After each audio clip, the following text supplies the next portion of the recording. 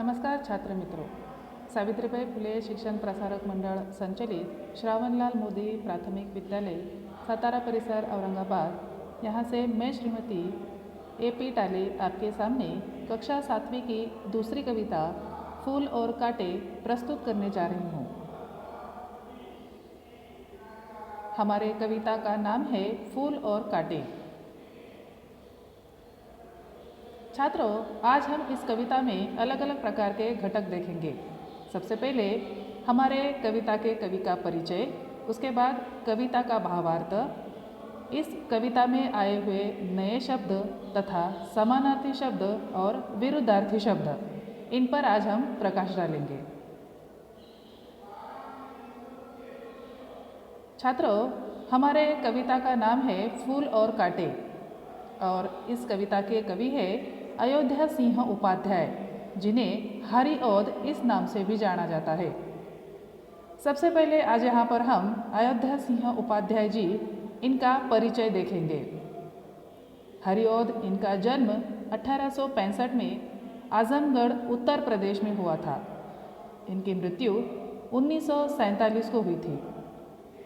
इनकी कुछ प्रसिद्ध रचनाएं हैं: प्रिय प्रवास, पट्टप्रसून, वैदेही वनवास, अधखिला फूल, प्रेम कांता इत्यादि। इनका परिचय देखिए।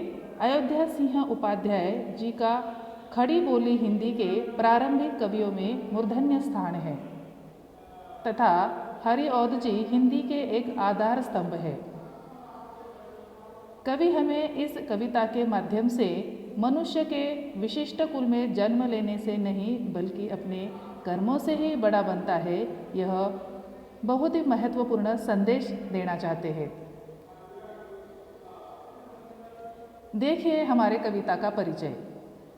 हमारे आज फूल और कांटे इस कविता के माध्यम से हमें कवि ये बताना चाहते हैं कि व्यक्ति के व्यवहार के विषय में बताया गया है।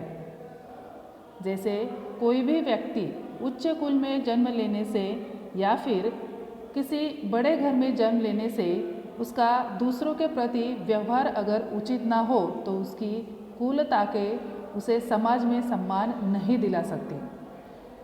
मतलब इंसान किसी भी कुल में जन्म हो ले, लेकिन उसके कर्म, वो जो काम करता है, उसी के द्वारा उसकी पहचान हमारे समाज में बनती है। आज हम यहाँ पर हमारे कविता का अर्थ समझेंगे। है जन्म लेते जग में एक ही पौधा उन्हें है पालता, रात में उन पर चमकता चांद भी एक ही सी चांदनी है डालता। मेह उन पर है बरसता एक सा, एक सी उन पर हवाएं है बही, पर सदा ही यह दिखाता है हमें ढंग उनके एक से होते नहीं। अब हम हमारे कविता का अर्थ समझेंगे। फूल और कांटे एक ही स्थान पर जन्म लेते हैं। जैसे कि हम सब जानते हैं, फूल और कांटे यह दो भाग एक पेड़ के या फिर पौधे का हिस्सा होते हैं।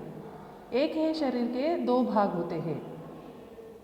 ये फूल और कांटे एक ही पौधे पर पलते हैं, परंतु ये दोनों एक ही जगह रहते हुए भी दोनों के गुण भिन्न भिन्न हैं।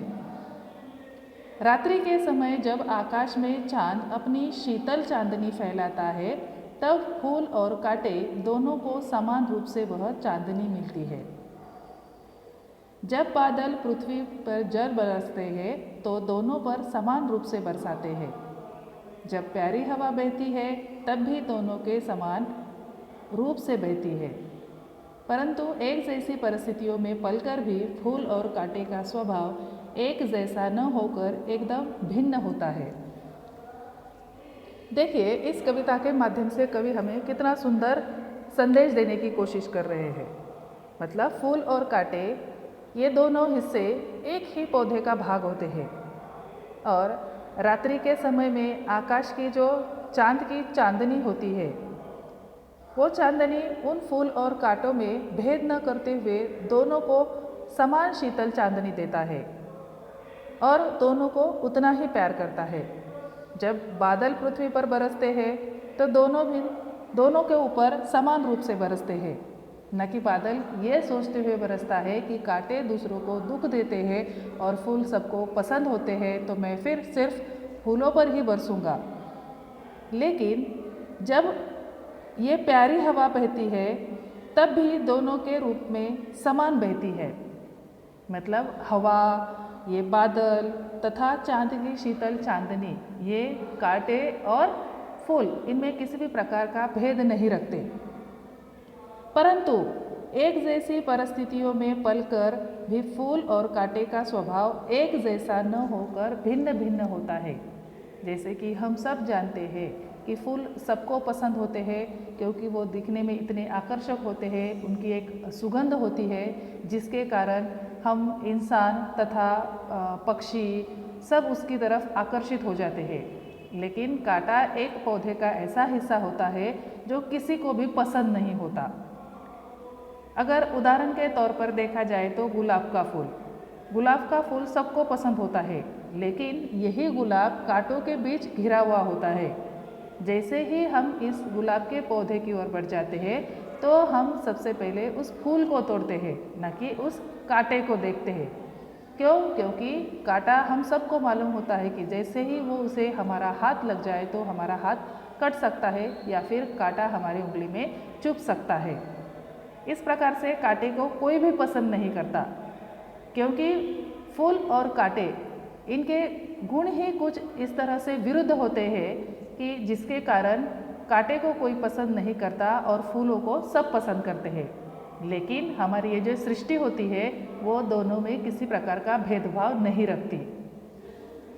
देखिए, ये दोनों भी भाग एक ही पौधे के हिस्से होते हैं, लेकिन फिर भी समाज में आप उसी प्रकार से हम भी होते हैं कि अगर आपका कर्म अच्छा ना हो तो समाज को आप कोई अच्छा नहीं कहेगा। अगर आप परिवार के अच्छे सदस्य हैं तो आपको सब प्यार करेंगे, लेकिन अगर आपके गुण अच्छे नहीं होंगे, आपके कर्म अच्छे नहीं होंगे तो आपको कोई भी वहाँ पर प्यार नहीं करेगा।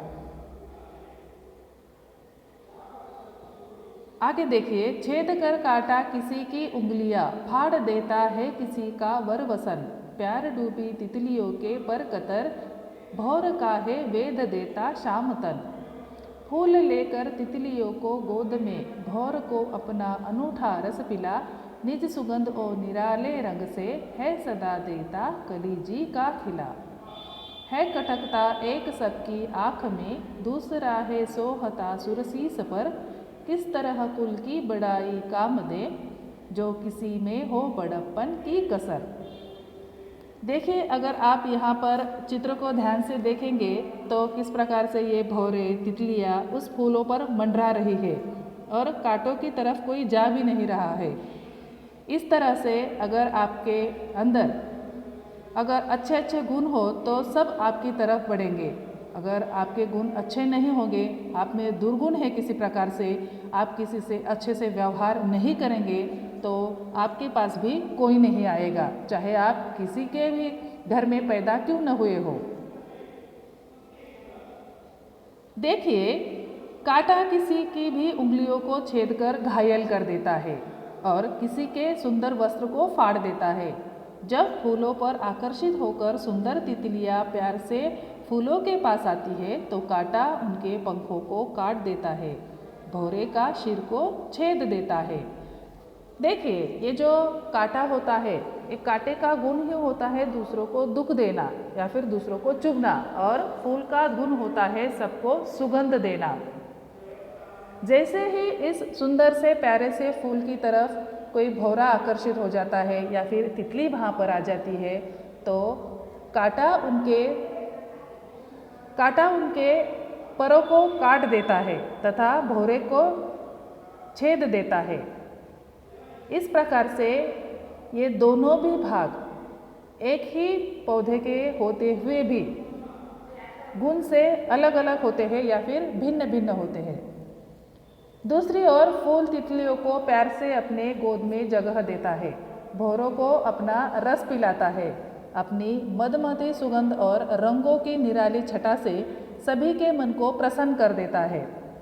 फूलों का गुण ही होता है दूसरों को सुगंध देना, भौरों को रस पिलाना और अपने रंगों से सबको अपनी ओर आकर्षित कर देना तथा सबके मन को प्रसन्न कर देना। उसी तरह अपने व्यवहार से कांटा सबकी आंखों में खटकता है और जबकि फूल सबको देवता के शीश पर चढ़ाया जाता है।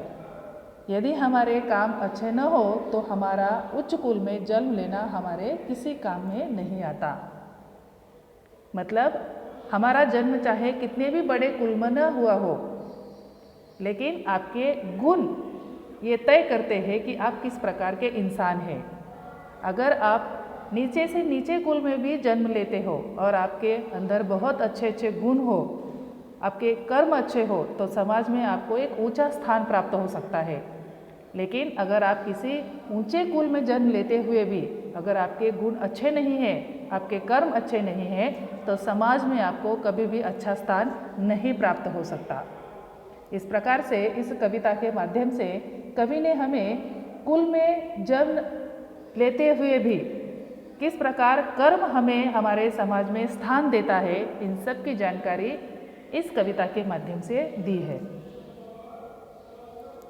इसके बाद आज हम इस कविता में आए हुए नए शब्दों का परिचय देखेंगे। मेह यानी बादल, वर यानी सुंदर, वसन यानी वस्त्र, वेदना यानी घायल करना, भौर, भौर यानी भवरा, जी यानी मन, सोहना मतलब शोभा देना तथा शीश यानी शिर। इस कविता के विरुद्धार्थी शब्द देखिए। श्याम, श्याम यानी श्वेत, सुगंध यानी दुर्गंध, प्यार विरुद्ध घृणा और कांटा विरुद्ध फूल। समानार्थी शब्द देखिए। वायु यानी हवा, नेत्र मतलब आँख, चंद्रमा मतलब चांद और पुष्प मतलब फूल। विचार मंथन मतलब एक ऐसा छोटा वाक्य, लेकिन छोटा वाक्य दिखता हुआ भी उसमें से बहुत बड़ा संदेश निकल कर आता है। देखिए, भूल कर भी न करे फूल, बने फूल नहीं शूल। मतलब किसी भी प्रकार की भूल न करते हुए हमें फूल की तरह बनना है, ना कि कांटे की तरह सबकी आंखों में चुभना है।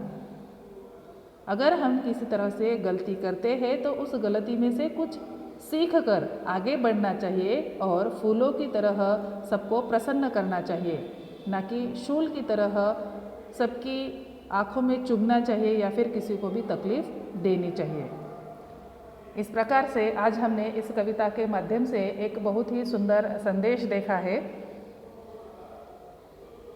इसके बाद हम अपने अगले भाग में हमारा तीसरा पार्ट दादी माँ का परिचय, इसके बारे में जानकारी देखने वाले हैं। Thank you.